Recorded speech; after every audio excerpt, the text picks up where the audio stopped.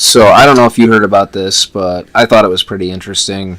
The Cleveland Browns recently, after firing their coach Hugh Jackson, they've been on the search for a new head coach, and one of the people that they were looking at was actually former Secretary of State Condoleezza Rice, which I thought was pretty interesting.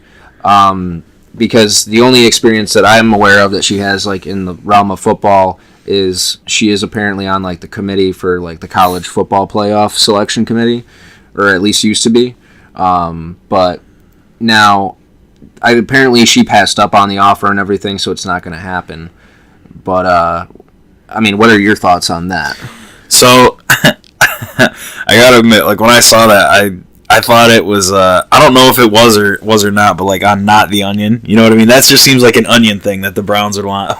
Right. So well, I actually saw a story and like started reading the comments about it, and like the top few comments seemed to indicate that like, no, like we don't believe this. Pretty much saying that someone in the Browns office is trying to get people who are leaking information. So they jokingly said Condoleezza Rice, and so like then it like the head coach said it. So like whoever whoever said it to him. Now the actual idea of her coaching, like I don't have a problem with it. I mean, shit. Yeah, like I don't know what kind of experience she has. You know, like exactly like you were saying about the college football thing. Like no, I don't know if that's like a prestigious position. You have to like maybe it's like an honorary thing that like right, like a key to the city where you don't really have to fucking do anything. But like I mean, shit. I mean, sure. It's the Browns. Who else would be better? Who would be better than her? Or who'd be like? I think she'd be a decent candidate. I mean, they haven't really found anyone to fit right now. Right? To a certain extent, I definitely agree because the Browns have been terrible for pretty much 2 decades now, and I mean, really, it's one of those things where I was also thinking about it more, like, is like experience when it comes to like professions somewhat overblown to at least some degree, because how certain positions require a mandatory time before you can get to a certain level, so on and so forth. But then there are people that do get into those positions or rise up through unexpected circumstances to kind of overcome the lack of experience, like like Donald Trump, for example, winning the presidential election when he had no experience ever before, like running as a politician. Do you think, not to cut you off about that, but do you think that works as a precedent? Like, do you think now that a celebrity has done that, do you think that's going to be a barrier anymore? Like, like I know people are floating around the ideas of like Oprah and The Rock and like just like people like that and like Kanye and just just all these ideas. Do you think that's a thing anymore? Like, oh, they're a celebrity. Oh, like that's probably what you're getting to right now, right? Like, to a certain extent. I mean, like for me, the way that I look at it now is that, at least as far as like the political landscape is concerned, it used to be a liability in that realm. If you didn't have experience, you would get kind of torn up. In like a debate, for example, if an opponent had been elected for 12 years and you had no experience, you would get kind of, destroyed on that point. Whereas nowadays, it's more of a liability to a certain extent to have that experience rather than, like, and it's more of an asset to have no experience because, people don't trust somebody that's been there for 12 years versus somebody now that might be a fresh face and people are looking for a change. Yeah. And I don't think that in terms of a barrier at all anymore, because I mean Trump was able to accomplish it, and I think that that is just going to open it up even further. I mean, I think that maybe at some point down the road we'll return to a point where people want people that have that experience. I definitely agree with that. But I think for this period at least, people are people don't trust the experts, so to speak, so they're willing to take chances on people that don't have experience. So for the next, like, 4, 8, 12 years, we're going to be, like, in that cycle where, like, it's a popularity contest. It doesn't really matter, you know what I mean? Like, for better or worse, it's just whoever's more popular. Because a lot of people, too, I mean, they look at it like, I don't really have, as far as politics are concerned, a lot of people view it as, like, I don't really have any control over any of this, so it's become more of, like, a catharsis thing. It's become more of, like, it's more entertainment and just, my team versus that team, so it really doesn't, like, when it comes to, like, having celebrity personalities involved, I think people are more willing to do it because they have such huge name recognition. Yeah. They can raise a ton of money. Yeah, well, I was going to say, as far as name recognition and getting your name and brand out there and ideas out there, like, who right now who better than celebrities? Like Jesus, that fucking Kanye video. Like people who never would never pay attention to anything political or whatever, they were watching that, and for better or worse, I mean, it got people's eyeballs. It got people's eyes, and it got them listening to issues and talking about things and like talking about that and like for sure, and I mean it's different, that's for sure. It's definitely absolutely. But I wonder if it's just going to be one of those things like how it is now with like media companies. Like, are politicians going to become more puppets now? Because like, all right, so for example, like, I don't know, pick a country star. Like I'm not that familiar with country, but pick a country star. Like if I were a politician, shit, like maybe you'd get a country star to be popular with one crowd, and then to rival him, you'd get a pop star from another crowd in a way, because like. Who would like almost like paid infomercials, like how people are just paid to get the ideas across. I wonder if that's going to become more of it. Like yeah, I mean, I know political ads are huge now, and like propaganda and all that. But I mean, in terms of like actual, like maybe these people will be in power, but like not behind, not have any ideas of their own. Almost have sure. like teams of people around them, and I know that was, I guess, the whole Trump idea, like to a lot of people, the hope that they had, right, exactly. But I wonder if that's just going to become the norm, where like the cabinet is way more important than the fucking actual president, just going forward as a result of that. Like, and not in every case, but yeah, because a lot of the people that are being appointed to those positions do have experience and whatever, and I mean, we could turn into a point where basically the president is just that celebrity figurehead, and the people that are really doing the work are the appointees that they choose, and they kind of get those handpicked, from the the people that are surrounding them, because they don't know who to pick, because they don't have experience in those realms. So that's one of those downfalls too of not having experience. And now this is a really bad fucking.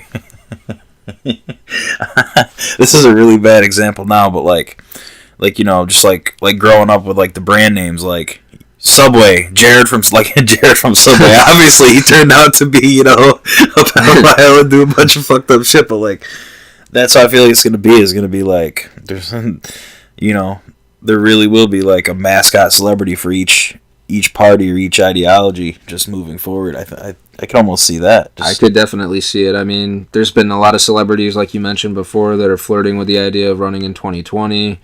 And that's probably going to... I don't know if that'll actually pan out in reality, but not just that. I mean, like, Kid Rock was flirting with the idea of running for the Senate in Michigan. There's a lot of different examples.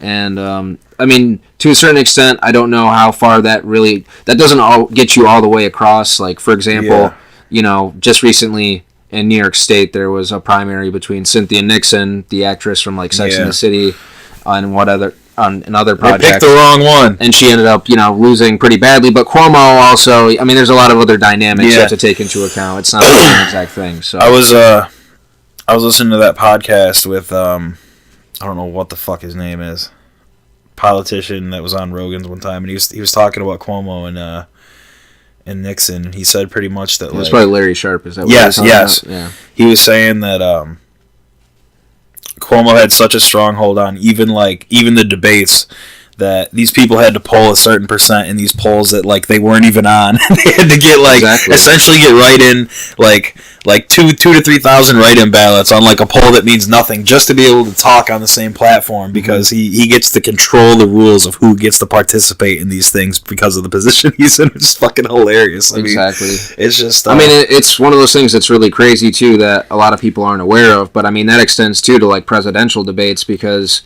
I mean,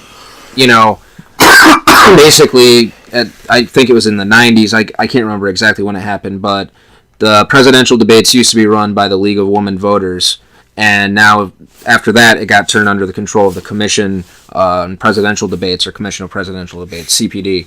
And basically they have those thresholds too, where like you have to meet a certain requirement polling, but they basically get excluded out of it because of the fact that a lot of the polls that these debates are based off of, those same polls, they're not included in.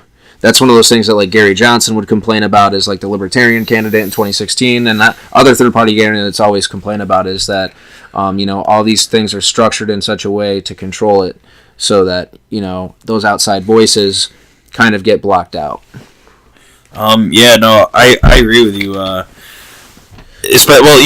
I think it's a good thing too if people are heard no matter what their ideas are, because a lot of times you're really making something out of nothing. Almost with the Gary Johnson thing is like, people are really gung-ho for him, but once his ideas really got, like once he was on Rogan, for example, his popularity kind of like declined because people kind of. It's not necessarily true just because you get more attention that you're going. So and I think that's the fear is, like for Cuomo, and I'm not saying he feared anybody. I don't know. Yeah. But I'm not saying he feared her ideas or whatever. But like, I guess that's the idea, right? You don't want people to hear her because then you're worried that she's gonna get more popularity and she's gonna take away votes from you. But if your ideas and your shit's better, should it fucking matter how many people fucking hear your shit? It should win out, right? Like it shouldn't. If there's just some idiot against you, I mean, well, I guess I'm wrong, right? Because it is a popularity contest now. Yeah. But. No, you're definitely right to a certain extent. I mean, but if your ideas are better, like in theory, that should just win. That should be enough. That's the idea. It's on a debate platform, at least. You know what I mean? Like on that platform, like it shouldn't matter. Like if you, I'm not saying everyone's, the best master debater. but you know what I mean? Like for sure, it shouldn't matter. Like as far as that, like allow everyone, even in the presidential things. Like I get that you can't have like 40 people realistically, even, but.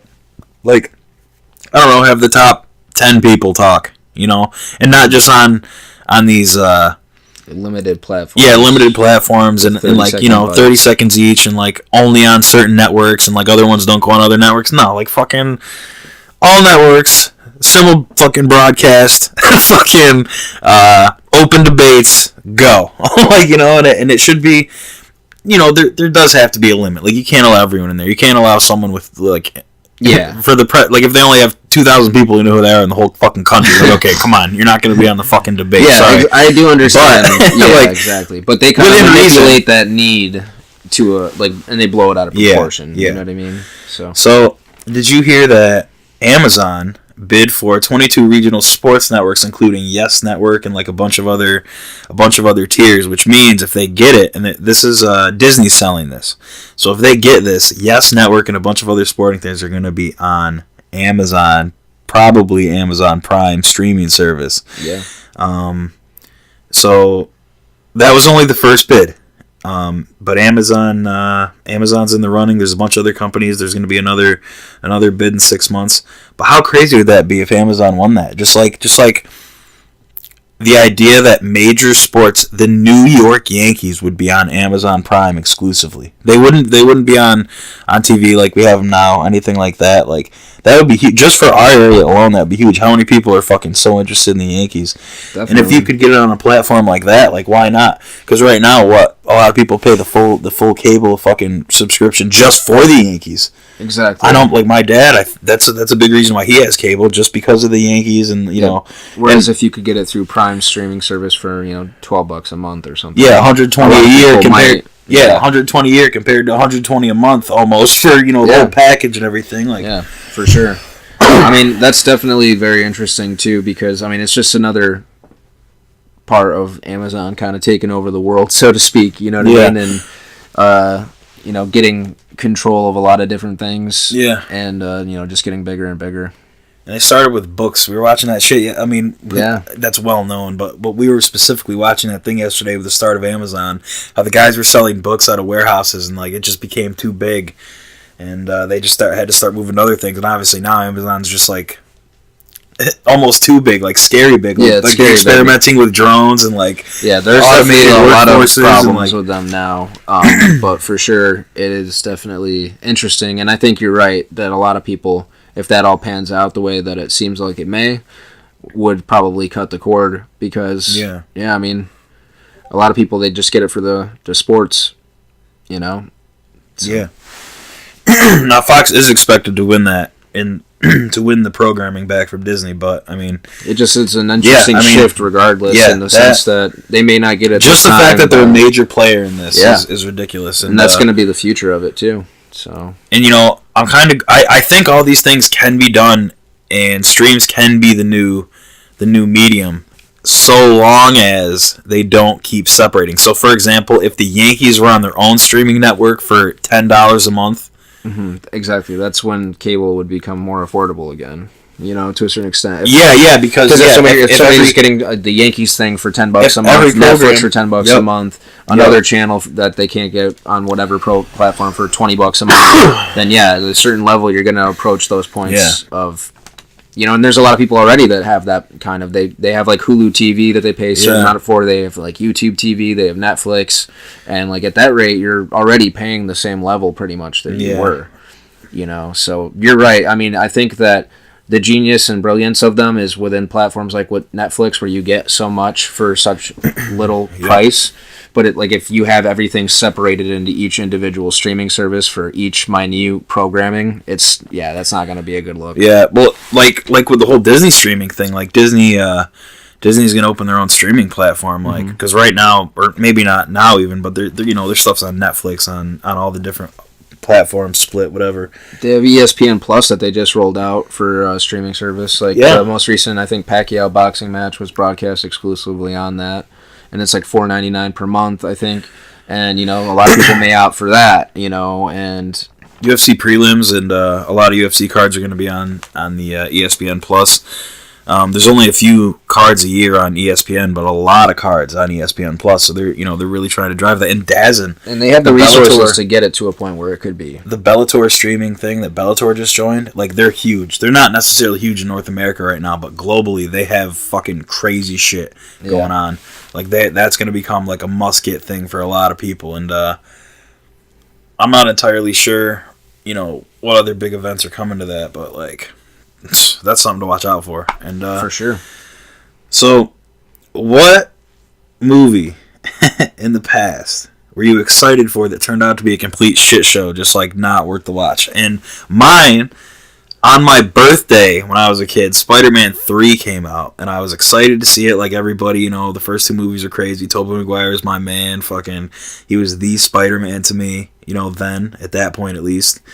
And Spider-Man 3 kind of fucking sucked, and I went for my birthday. And it wasn't that it wasn't an enjoyable movie, because it was, you know what I mean? It was an enjoyable experience, but looking back on it, it just wasn't that good compared to other movies. And I would say a movie that I was pleasantly surprised with, that really lived up to expectations, when I didn't really have any, was The Expendables. And I saw that, so that was my first that ever. I was never into action movies. I'd watch them and things and kind of enjoyed them, but they were but I saw The Expendables live opening night when I was in the Adirondacks on vacation, at midnight with a live crowd with a bunch of rowdy ass people, and that was my first ever I had seen, I said, action movies before, but that was my first I'm super into this, and I was still 13 or 14 or whatever. Yeah.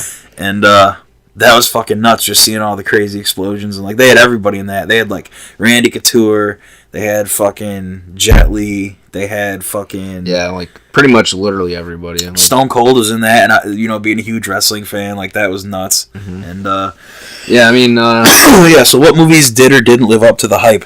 I mean, for me, the most recent example for a movie that didn't live up to the hype, I would have to say Dunkirk. What's that about? Basically, it's about World War II. It's a good movie, but it's not. I thought it was going to be an amazing movie, to be honest with you. Based off the trailer, based off of just the history that surrounds the whole thing, and because there's a lot, it's a really great, interesting story if you really look into the actual history of it. And I thought it was really paced poorly to my liking. I thought it was pretty boring and slow, and for a large portion of it, it was still worth watching. Don't get me wrong. If you haven't seen it, I'd still tell you to go watch it. But I thought it was going to be a huge home run, and it was maybe a single. Yeah. Yep. So another one that disappointed me, or I was going to say another one that I was pleasantly surprised by was actually, it's kind of funny, Precious. You know, I actually was like hanging out, you know, a long time ago with some friends, and we were just joking around, didn't know really what to watch on Netflix, and somebody was like, "Oh, let's put on Precious," and it was actually a really good movie in my opinion. Like, I don't know if you've ever seen it before, but I saw it at Mez's house. Yeah, I think it's a really good movie. And then World's Greatest Dad with Robin Williams was like that too. We were just kind of joking around, like didn't really know what to watch on Netflix, and saw that, threw it on, and didn't think it was going to be very good at all at the beginning, and it turned out to be like a really, really good movie. So yeah, I mean, it's interesting too how you can have so much anticipation for a lot of different stuff like that, but it doesn't really actually, you know, end up meeting expectations.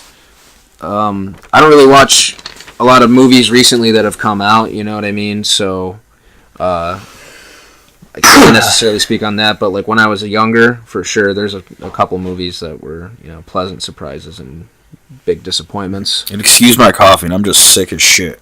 But I'm trying my best to hang in here, not coughing to the mic. But I was gonna say too, like to kind of parlay off of that, like, you know, as I've gotten older, I've watched more like television shows than I ever did, but like lesser movies, I'd say. Yeah. And now, like when I was younger, I used to listen to a lot of music. And now I listen to a lesser amount. I listen to kind of like, I find myself listening to the same stuff over and over again. I can't. I have a really hard time. And I think a lot of it has to do with the YouTube algorithm. You know, specifically listening to music on certain platforms, you end up listening to the same stuff. But I can't curate in my own head any more than like 30 songs. I can have 30 songs like on my head at one time, but like I have a hard time branching outside of that and not going back to things that I've already listened to for several years at a time. Exactly. Or things that you already know all the lyrics to, and new things. Like I find myself listening to them and maybe enjoying them for a handful of times, but then like not a lot sticks. Yep, I feel the same way, and I feel like too it's a matter of also when I was younger, I felt like I was exposed to a lot more new music like all the time. Whereas, like, now, I mean, I might hear some stuff on the radio, but I don't really listen to the radio or anything. So, and with the rise of, like, streaming services where you can kind of just select what you want to listen to, you know, I think it's easier to fall kind of in those ruts. They do give you those, like, suggested playlists and stuff like that, and sometimes I do find some really cool stuff off of that, but I just think it's interesting, because I think I remember seeing a study before, too, about, like, after a certain age, like, the amount of music you listen to just, like, empirically like drops, declines. I was gonna say, like, I seem to be at a standstill with like documentaries and finding things that are fun to learn about. You know, you can find endless things to learn about. You can get random facts all the time. You can, you know, continuously browse Reddit. But what I really like to do is find like a niche thing and just fucking go off on it, like whatever it is. Like, you know, some examples, I guess, like learning about like that 90s documentary we watched the other day, like just doing that, like going like bit by bit, like, all right, let's see how technology advanced, let's see how music advanced, let's see how politics advanced, let's see how this advanced, let's see how that advanced, let's see how the crimes advanced, let's see how the media advanced, those types of things. I like going really in depth, like with Terrence McKenna, like just finding like all his stuff and going through it, and night after night for a year you're entertained, you're endlessly entertained, and it's something that you're really into. And like for me, I'll do this with MMA. I'll go through different decades. Like I'll be really into Pride for like a month. Like I don't do this so much anymore, but I'll be really into Pride for like a month and just learn everything I can about it, and just, you know, bring it up in conversations and talk about it, and then like pick certain fighters and do that with them. And anime and manga, same type of deal. And just like I'm having a really hard time finding new things to pique my interest, and like maybe a new hobby or activity or something might help, but as far as like media goes, yeah, I consume a lot of the same stuff. I feel you on that for sure. Like if anything, it's more enjoyable to watch things you watched as a kid and refresh them in your mind now than it is to fucking... Yeah, a lot of the times it really is. You know, I definitely hear you on that. Because yeah, I definitely understand where you're coming from on that.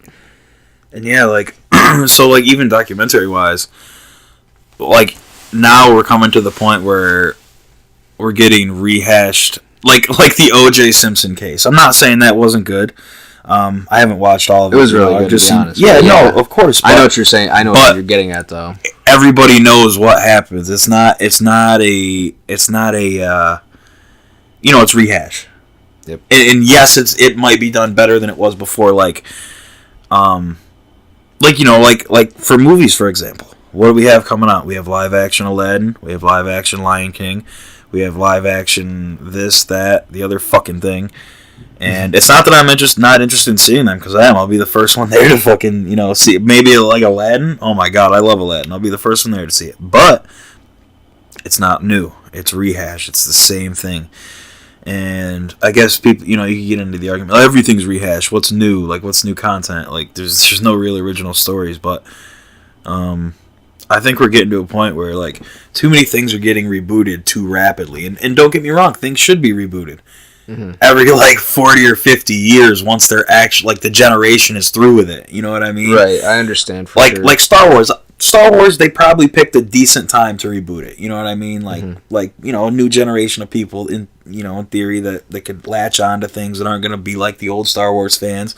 But everything just feels like that now. And what's new and unexplored?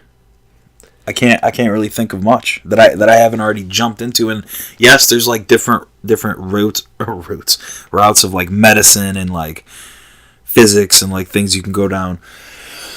But even podcasting now, you could find some niche podcast, but I've listened to so much shit now that it's getting hard. It feels like there's almost too much information coming at me. Yeah, I definitely feel that way a lot of the times. And that might sound stupid, but after listening to and just internalizing and fucking learning things for literally 10 hours a day for fucking what? And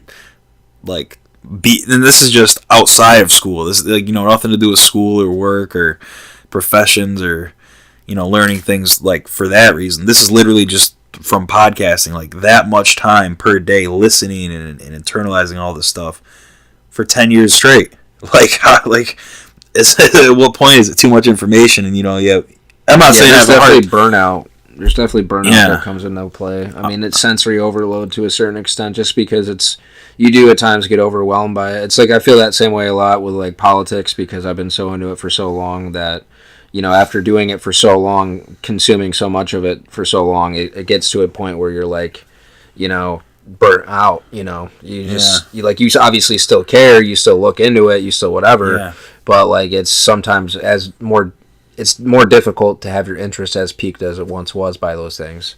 So I definitely understand where you're coming from on that. Yeah, and I don't know what to do about it. There's always suggestions, and people will say do this or do this.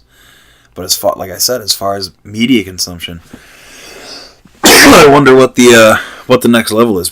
Probably maybe some level of VR might interest me. I've never done VR or anything like that. Yeah, virtual VR is really cool. My dad's got a. That's some unexplored. Yeah, and there's a lot of things that you could do. That could really, as that technology develops. That's VR podcasts, VR chats, VR. Yeah, that's gonna be nuts. That's another thing I was probably interested in talking about too, is how it seems to me sometimes with massive increases in technology, there's a kind of corresponding, seemingly lesser understanding as to how things actually operate. Mm-hmm. As technology becomes more sophisticated, people seem to almost have a more surface level understanding of how it works. And I mean, that's not 100% across the board. Obviously, there's a lot more people that are in the STEM now than ever were. There's always going to be developing apps. Than there's always going to be engineers, engineers deep into things and specialists. But if you want to learn how to code, you want to learn how to do anything. Now is a better time to be alive than ever before. I know what you're saying though. As far as and I'm just taking this computer out, but hardware, for example, people are losing their software skills. If we're talking about the youngest generations, they don't know how to do shit. And I actually worry for them. But it's generations a few years younger than us, they're pretty good at software. But as far as hardware goes, minimal understanding beyond battery, battery, operating system, and like brand. Like they know they have an Android or iPhone. They don't know what what I mean, what firmware they run. They don't know any of that stuff. And you're right. Like, yeah, I mean, like I think about it a lot because with the work that I do, like I get a lot of people that call in and they don't have any real understanding whatsoever of how any sort of the technology works. And I You're a just think sex therapist, right? Yeah. But I just think it's funny because we live in an era that is more rich with technology and the ability to understand that if you want to understand that. There's no gatekeepers any longer to that sort of information. If you want to have it, it's accessible if you have an internet connection. We have people less and less more like inclined, and I don't know. We've had arguments like this with our friends. Like, we'll be literally in deep arguments, like just stupid shit. Like, what came first, this or this? This was invented first, and it's like, okay, listen, Google it. We'll settle this within 30 seconds. But people are unwilling to even do that. Like in the most basic pursuits of knowledge. Yeah. Because they don't want to be, and it's discouraging because, think about, like, the geniuses of the past, like, Newton and all these people that were able to accomplish all the things that they were able to without having anywhere near the amount of information or opportunity that we have to kind of, and they were able to come across these accomplishments and think about, like, what those people would be able to do if they had, access to the same resources that we have access to. So, I think it's kind of insane that, anything that you really want to know, if you are disciplined about it and you actually care about it and you want to learn it bad enough, you can figure out pretty much now through the internet. But a lot of people don't really want to understand that sort of thing because, what's the need to know anything now when you can just Google it, Yeah, I don't need to know a recipe because I can just Google it. I don't need to know where this place is. I can just Google it. I don't need to know how that thing works because if I need to find out, I can just look it up and understand it in 2 minutes. More and more, your mind is going to become like your desktop, where your folders aren't going to be easily accessible. Like, all that stuff's going to be in deep storage in the sense that it quite literally will be like on your phone or something in deep storage in some server somewhere. Like, for example, 13th century French history. You don't need to know that, but you do know, within 13 seconds you could Google it and know everything you could ever want to know about it. So, I guess everything is worth knowing to a certain extent, but yeah, like going really, really in depth on certain topics is going to become obsolete. But with that, does come a deep worry, I guess. Like, what happens when nobody knows? Like, I guess this is a bad example but it could work. Smartphones. What happens if everybody's smartphone cracked and nobody knew how to fix them themselves, or it was inaccessible, and then one company fucking fixed smartphone cases or whatever? It's yeah. Things are too easily controlled if people are dumb to that extent. Well, and then not just that. With the rise of technology, you have people putting all of their private information in the hands of companies that are becoming more and more consolidated, and more powerful. So it's a danger in the sense that, the most powerful companies in the world also have everybody's information at their disposal. Yeah. So say you're an elected official that wants to take a stand against one of them, well, they can go ahead and look into your search history, and if, they find something, they can link that out to and there's different things that they can use to kind of... That's another thing that people have to... And that's the scary part of it. People have to realize is everybody literally has a camera and a microphone on you at all times. Yeah. That's and it's terrifying. Yeah. Where that data is, on some server somewhere, it's just a reality that literally you have everybody in their house has like 3 to 4 cameras and microphones just like on them, and that's laptops, that's everything, yeah. and even if it's not being accessed right now, like the Cambridge Analytica thing, like, recording people's, voice activities and videos on Facebook and fucking communications and scanning through messages and all that. Even if it's not being accessed and won't be accessed for another, like, 80 years, 100 years. And, it's definitely being accessed and data mined and fucking sold and whatever. Yeah. And just best case scenario, if it wasn't being touched in 80 years, would you be comfortable with, like, everyone knowing all your secrets? Yeah. No, I definitely think that's a thing to be worried about, and I think that people aren't worried about it anywhere near that they are. When I will say when we were kids, there was a lot of worry about people posting things online, and that's going to be there forever, blah blah blah. And how kids share now, like, it's just ridiculous. Like, everyone just lets their kids on. Like, every kid that's like 9 years old has a fucking Instagram and a fucking Twitter and a fucking whatever they use, and they all follow these YouTube communities of fucking people who just you know what I mean, like running their own shows. Like, it's pretty crazy. Shit's getting nuts. Yeah, it is honestly pretty insane as far as all that's concerned. Like, I don't know, man. Like, the direction of all that, I think, is pretty dangerous just because, again, I think those companies are just going to get more and more powerful. And, not even just companies having your information, but, like, the NSA and, the government having that ability to have all that information. And like you said before, it's one of those things where it's like, if that's not, it doesn't necessarily matter. It doesn't matter if it's not necessarily being used in this particular moment against you.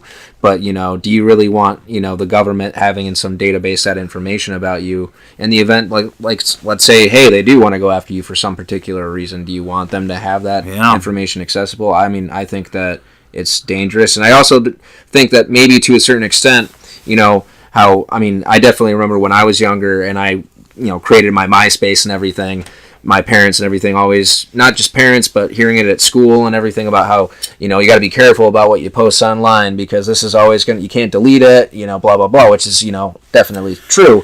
But the other thing that I think is interesting about that is that, as younger and younger generations come into power and everything like that, like, I think now if somebody ran for office and you found some Facebook posts from like a couple years ago where they said something like crazy or whatever, like, yeah, you might be able to stop that person's chances. But I think like maybe like 20 years from now, everybody is going to basically come from a generation where they were all 12 years old and they're all stupid as shit, and nobody cares. Dude, all right, so it's going to become to a point where it's example, like, yesterday.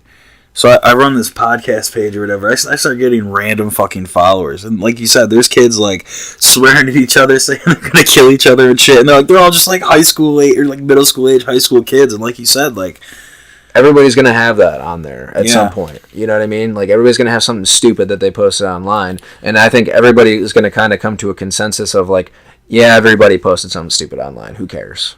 Yeah. And I think too, as far as privacy is concerned, people are worried about like their secrets getting out and everything, which is understandable. I mean, I am a big proponent of privacy, don't get me wrong, but I think as we move into this era of less and less privacy, we might move into where things like that, people won't necessarily feel the need to, like, I think that things that people felt the need to be secretive about in the past, they won't feel the need to be secretive about because it will all just be out there and everybody will basically realize everybody has like skeletons in their closets and like won't care. You know what I mean? Yeah. Like, I don't know how to articulate that, but I really don't think like, I don't know, like I think we're going to move to a point where it's almost going to be kind of moot, where it's like everybody's going to know everything about everybody and nobody's going to care. Yeah. Whereas everybody's worried about like, oh, if this person knows this thing about me, like they're going to think X, Y, and Z. And I think we might move to a space where it's like everybody's information is going to be available and like nobody cares about that. So yeah.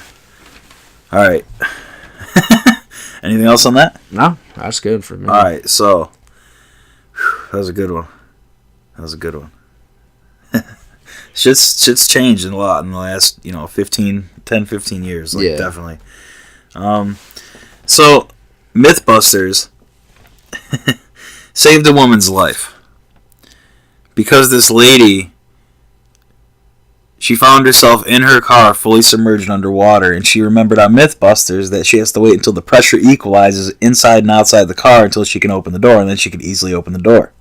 So she did this and it saved her life. My question is,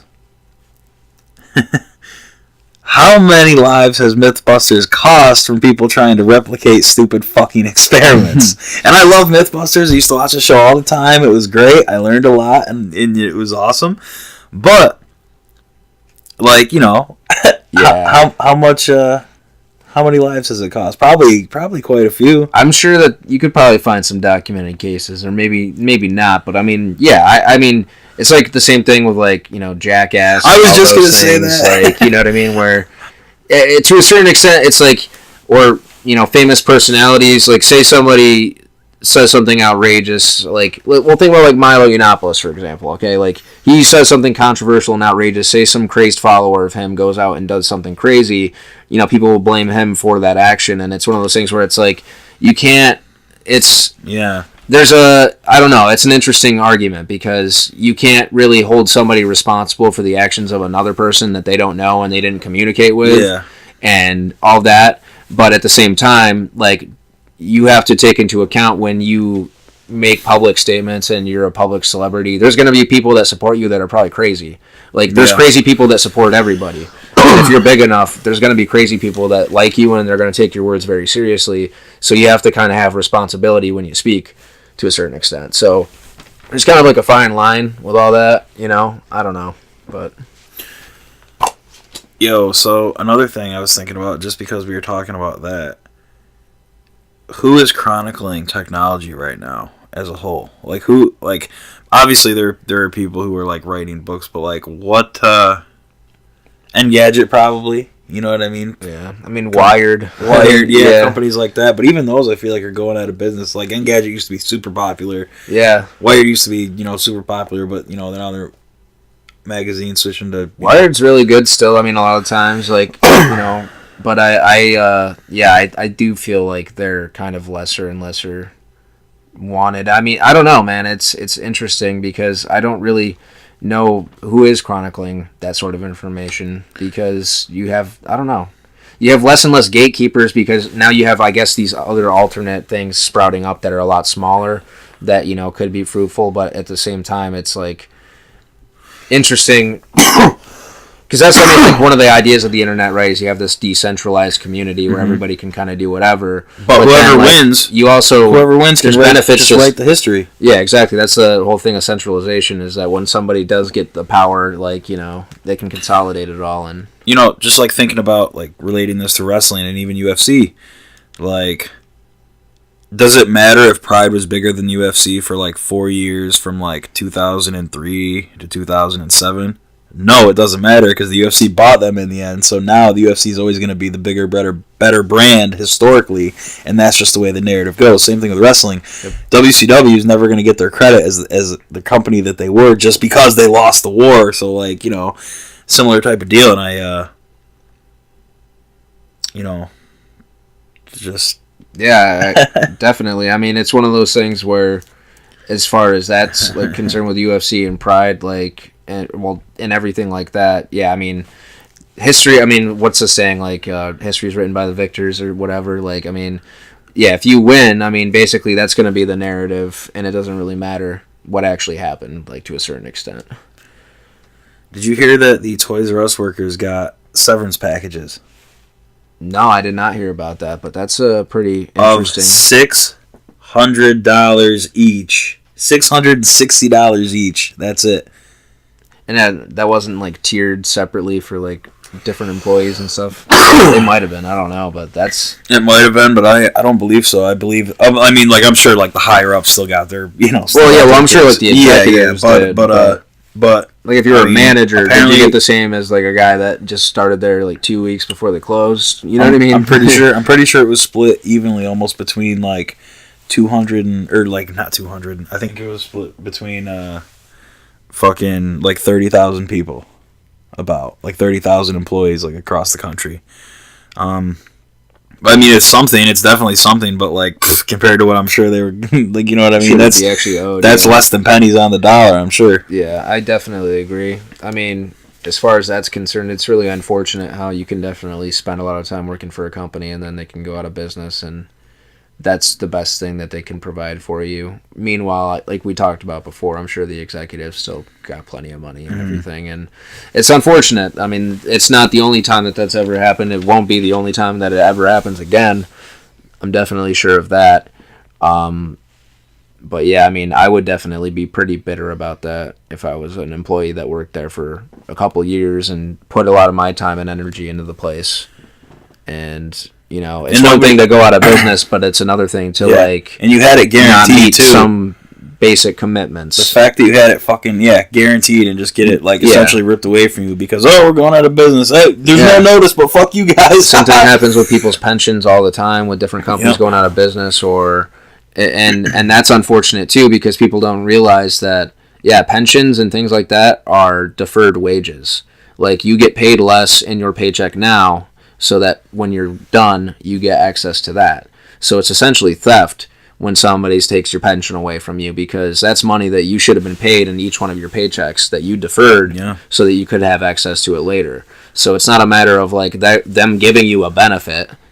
It's them basically, and the companies also benefit in theory from it too because in the short term, they get to pay you less. You know? Yep. So it's unfortunate how that works out for a lot of the companies and people all the time.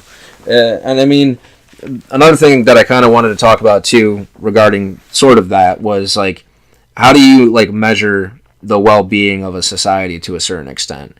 Because, you know, a lot of the ways that like the news and every like serious people in our country, at least the way that the establishment media is concerned, serious people, like they view success in terms of who has the highest GDP, who has the lowest unemployment, who has... I've always heard, you know, in philosophy and other things, like a happy society, like you have to keep society happy, otherwise it'll fucking eventually turn on itself and overthrow and become super, like essentially the leadership, whoever's in leadership, or even if it's the people themselves, have to set themselves a destination that is, you know, where people want to go. You know, like it can't be bad. Like if people have no hope for the future, like it's just gonna be shit. Like in any society. Exactly. So, I would say happiness, but I don't know if I'd say like personal happiness. You know, because like or like because you're always gonna have some degree of and because like have unfortunate events that happen to them, irrespective of the best policies. Like, and if your girlfriend cheats on you, or fucking whatever, fucking like those are personal events that suck or whatever. But like, are you happy? Do you have a baseline of happiness? Can you fucking freely roam around? Can you fucking do what you want? You know, for the most part. And there's always going to be depression and the medication problem and all that doesn't help. But is the society in general happy enough to want to continue? Like, is it, you know, sustainable is necessary, but like, you know, just short term, are people happy enough for this shit to continue? I agree, and I mean that's one thing I want to talk about too, because like a lot of these richer countries, like the United States, do have, you know, like the highest GDPs, whereas you have other countries where they, you know, I mean, there's a measurement called the happiness index, like the global happiness index, where they, you know, take all of these different statistical categories, put them into, you know, combine them essentially, and come up with a metric for a country's like happiness or a nation's well-being. And, you know, the richest countries in the world don't score the highest on the happiness index. Like the ones that do are like Scandinavian countries like Norway, Denmark, Finland, where they don't have the highest GDPs, but like you said, people isn't it weird those places also have the most places of like they have the most press freedom? Isn't that just weird? It is weird. It is weird. And another thing too is like they also, generally speaking, have that baseline of security for like individuals where like, you know, if you get sick, like you can go to a doctor, like, or if you know, if you are unemployed, you have a bunch of benefits, or like if you work a lot, you get a bunch of, you know, vacation time and all these other paid family leave. So people feel like they have a baseline and they can kind of pursue things the way that they want to. I feel like that's another part of it. So another part too is like not just on the macro level, you can think about it too on the micro level. Like obviously like the United States and countries like that, some of the richer societies have the highest rates of depression, even though, you know, they have the highest rates of economic success, so to speak. Whereas, like, you can look at it at a micro level, too, where you have some people that are extremely wealthy and have every opportunity in the world available to them, and they're still more depressed than people that, like, have close to, like, literally nothing throughout the world, who are some of, like, the happiest people. Mm-hmm. Like, you think about, like, there's certain people that have everything, super depressed still, but then and obviously depression, you know, to a certain, like, it definitely is like a chemical thing, like that's obviously a component to it, but it's just crazy to a certain extent how you have people that live in like squalor in some third world countries that are happier than people that have like almost everything, you know. So I think that's kind of an interesting thing to ponder about too, because people always want to measure well-being, not just as a societal standpoint from like, oh, which country has the highest GDP, but on a micro level, people always want to measure your success individually as how much money did you make last year, how much blah, blah, blah. And that is obviously important to provide yourself some security, but that's not enough, and I don't think it's enough to measure your success or the well-being of society by just how much resources you have available to you, but rather like how happy you are with them and what they can provide you to do. Dude, so you know, just you talking about that, and I had this accident over a year ago now, but that kind of reminds me, is like after I got in this accident, like I almost died in it or whatever. Like it wasn't, you know, the worst accident, but it was pretty serious. But afterwards, what pissed me off is people just kept being like, how much are you getting from the insurance? And that makes me feel like that. Just, you know, hearing what you're saying now is like, that's what people are concerned about. They don't give a fuck about anything else. Is to a lot of people, it's just like, oh, like, you know, how can you profit off of X event or Y event? And you know, that's some level like yeah. And I think that's something that the society pushes people into thinking. I don't think humans are necessarily innately that way. I think we are to an extent, obviously, but I think society pushes you in a way to think like, oh, I got to get mine, otherwise this person's going to get it first, and I got to beat them before they beat me, and I got to look out for, you know what I mean? It's all about scheming other people and trying to control other people. You know what's the worst? Instead of trying to help people out. It's people who fucking the people who try to brag to you through their friends, like, I know a guy who does this, and like, you know, it's one thing if it comes up in topic, or like, you know, you're talking about archery, and you know, I know this dude that's a fucking pro archer, like, and you start talking about him, but like, it's another thing to, like, you know, I know a guy who makes $700,000. I have another friend who's a fucking executive at wherever, but you know, it's not the person saying that did whatever. It's just them trying to like. Trying to peacock essentially with their friends. It's kind of like just gross. Yeah, absolutely. It's like, Jesus Christ. Another thing too I was going to say is like going kind of back to a macro level is like, you know, one of the things that's been in the news recently was like Trump talking about you know, how he's a nationalist and everything like that. And you know, one of the big things that he's always talked about is like America First as his campaign like platform. And it kind of begs into the question, like, I was thinking about, you know, just the idea of, like, nationalism versus globalism. So, like, is the world better off divided into, like, these competing nation states, like the United States, Mexico, China, Russia? Probably. Where everybody's looking out for their individual best interest, or is it better if, like, the world had a focus of having, like, the advancement of all places and people under some sort of international body? Because, like, I think that there's definitely benefits to like the nationalism aspect of things, because well, think about like states, like we obviously have a federal government. I think it might be interesting if we had some hybrid system where you had like some higher up international body, yeah, but then federal governments in all these other countries. Well, yeah, kind of like you have a federal government and then you have state governments. There'd have to be some type of villages or clans or countries, because you can't have you can't have people in one place making rules for all these people in other countries that they don't know. And I'm not saying that couldn't work. That could 100% work, but it would have to be like, you know how Black Mirror is with a lot of their society, where like it seems like.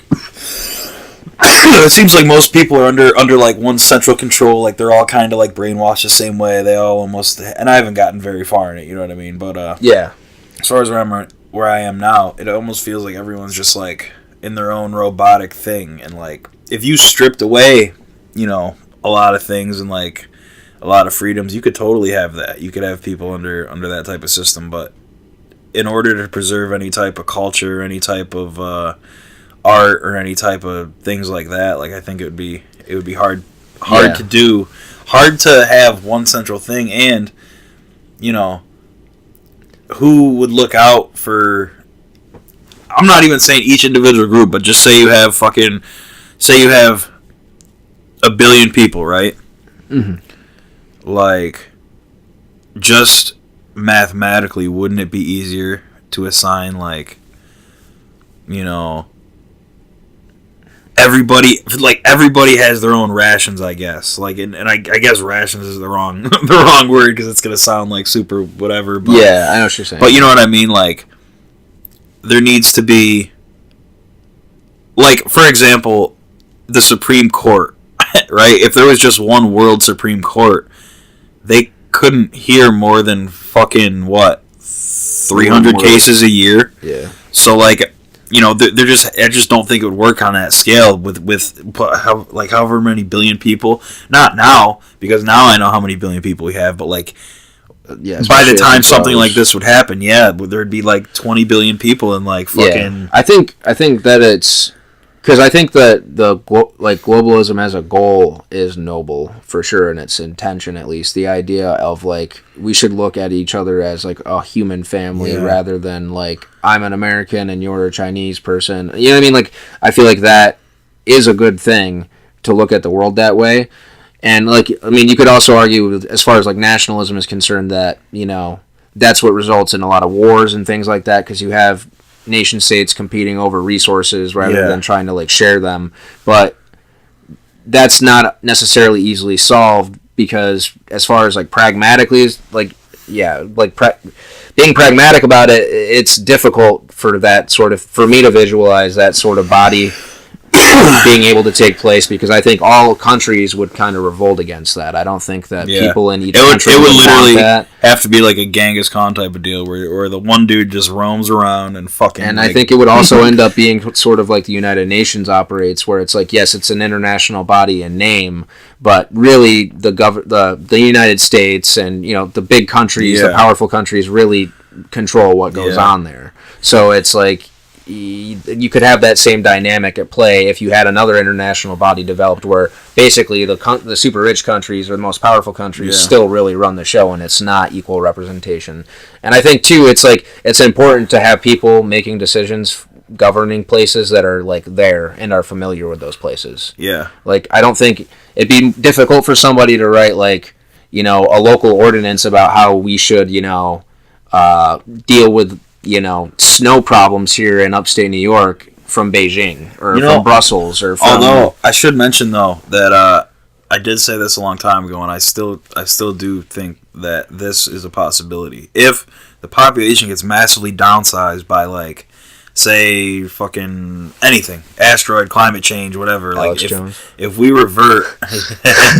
if we revert in size, like if we become only like maybe 1 billion people or something, I think that would be more likely that something like that would happen. But if the population keeps growing, I just don't think that number would be like the human body, for example. Like, you can sustain your number of cells and then, like, maybe some more, but you couldn't sustain 2 or 3 bodies worth of cells on you. Yeah. Like, it's not sustainable. It would just, you know, parts would be neglected. I think that would be the same thing here. Different parts and different people would be neglected, and then those people would revolt so hard, so fast, that it wouldn't be sustainable. Like, any type of... Yeah. Because, I mean, like I said, I think that the view of the perspective of globalism is important. Like, I do think that, like, from my perspective at least, like, I definitely think that, like, you know, obviously, like, I'm an American and everything, but, like, I think that, you know, the life of somebody in America is just as important as the life of somebody in, you know, Egypt or, you know... And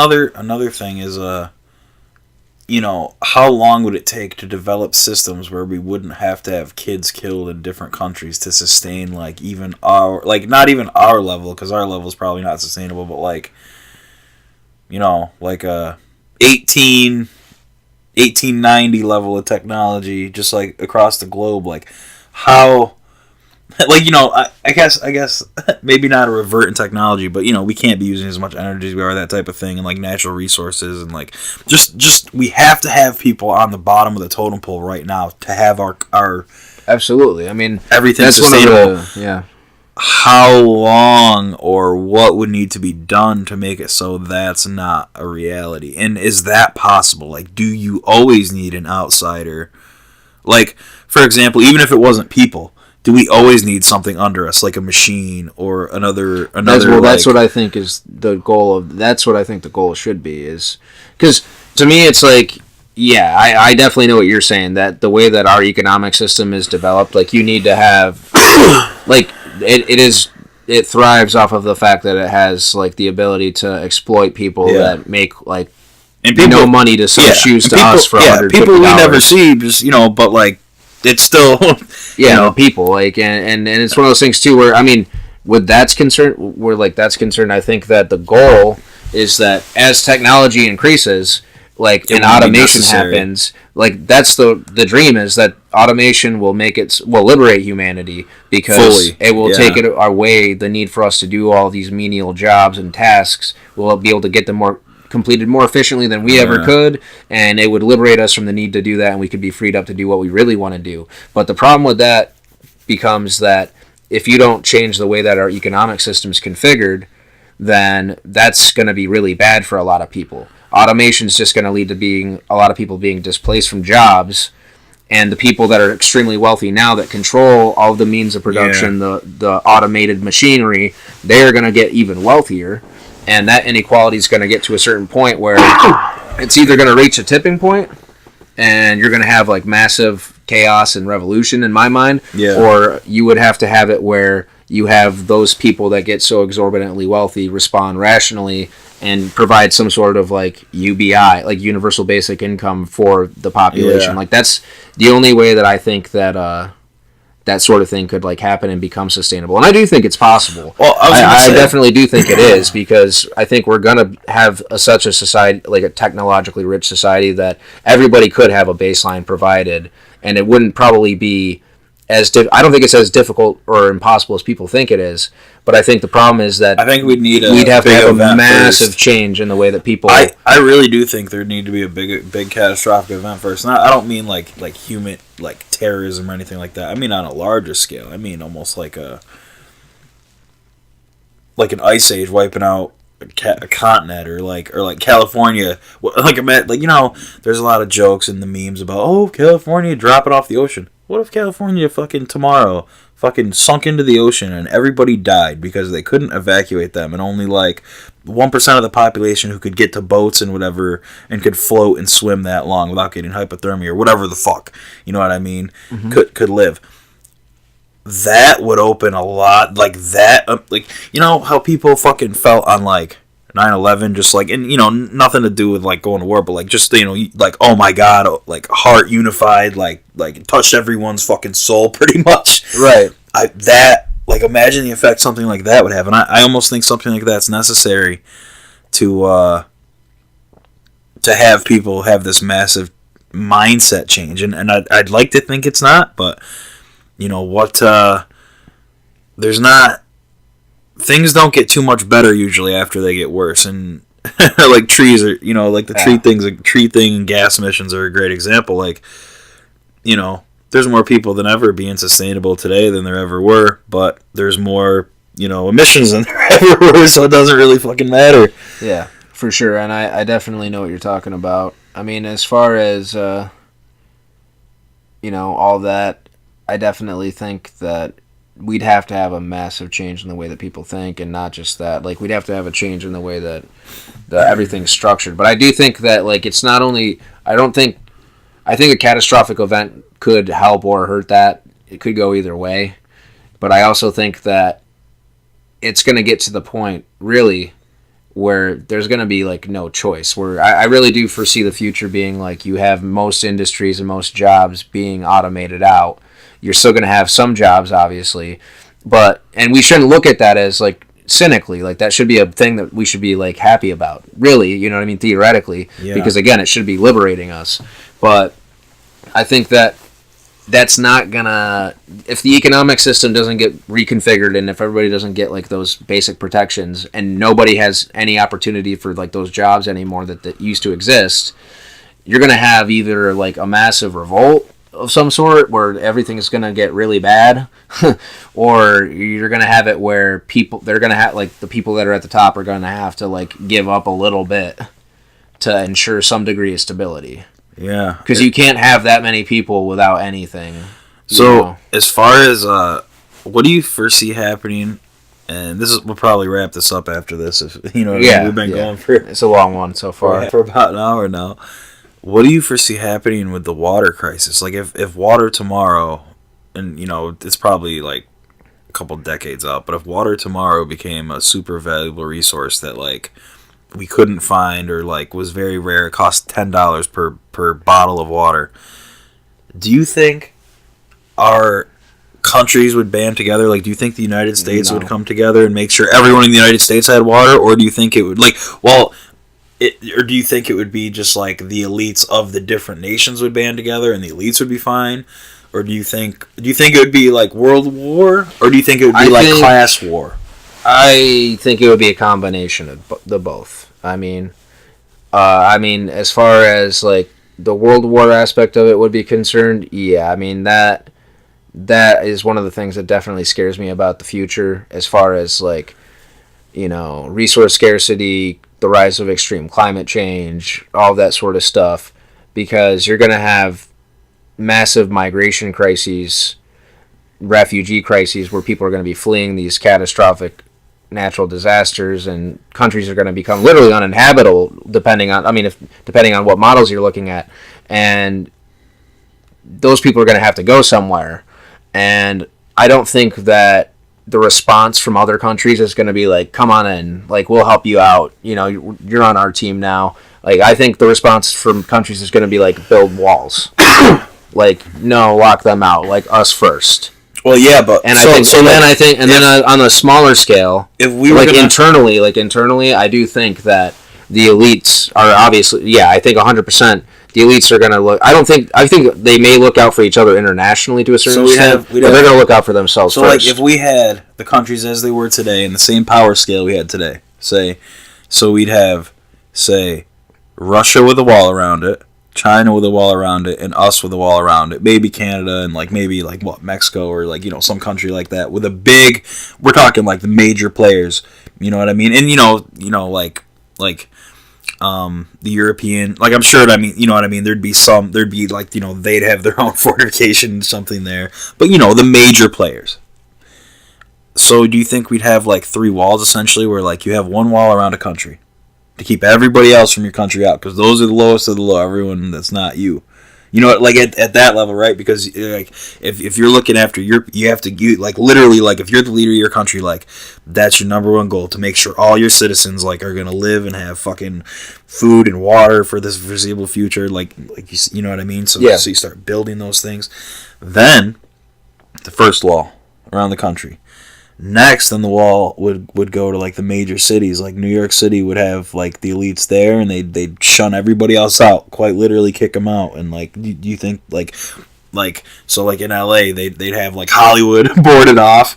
They'd have fucking the nice parts of fucking. Yeah, I definitely think that all those places would get priority, because they're going to be the people that can afford private security protection. They're going to be the people that can insulate themselves. Like, the area that they live in is, having some catastrophic natural disaster. They have the ability to go somewhere else and live somewhere else. Like, other people don't have the ability to do things like that. And I think that, that's... we're not even to that point now, but, like, think about, like, Flint, Michigan, for example. Like, we're not even to the point where we're at that point of having extreme water scarcity, but, like, you have like the Nestle Corporation taking all this money out, or taking all this water out of, the Great Lakes there, and basically the public not getting really any benefit from it. And then you have conversely people in Flint getting poisoned lead water that still don't have clean water, and you have that all around the country too. So it's like, as far as in Endicott, like rich, like the elites in the country don't care about the plight of the poor. It's just, and I think that would be amplified for sure in crises. Because they'll have the ability to insulate themselves, like I said, with private security details. Do you think at that point, freedom of movement that other people do you think at that point then, if countries boarded themselves off, that like, all right, so China's not doing really well, but they still have fucking 400 million gallons of water. So they're running really low. We might as well, go take them out real quick and take their water. Let's go do this. Let's take their water. Do you think that would start happening? If it gets to the point where it's really, really bad, absolutely. And then I wonder if it would just revert to a system of almost like a feudal system, where because it's scary. Because really, if you look at most wars, and if you're being honest, like a lot of wars, are based off of resources, battles for resources. Mm-hmm. Already, that's the case. Yeah. So you take those circumstances and you amplify them times whatever, with the rise of all these resource shortages and, you know, climate problems and everything, like, yeah, I think that the response that I wish would happen in those events is that we all unite as a human family and try to combat those problems together.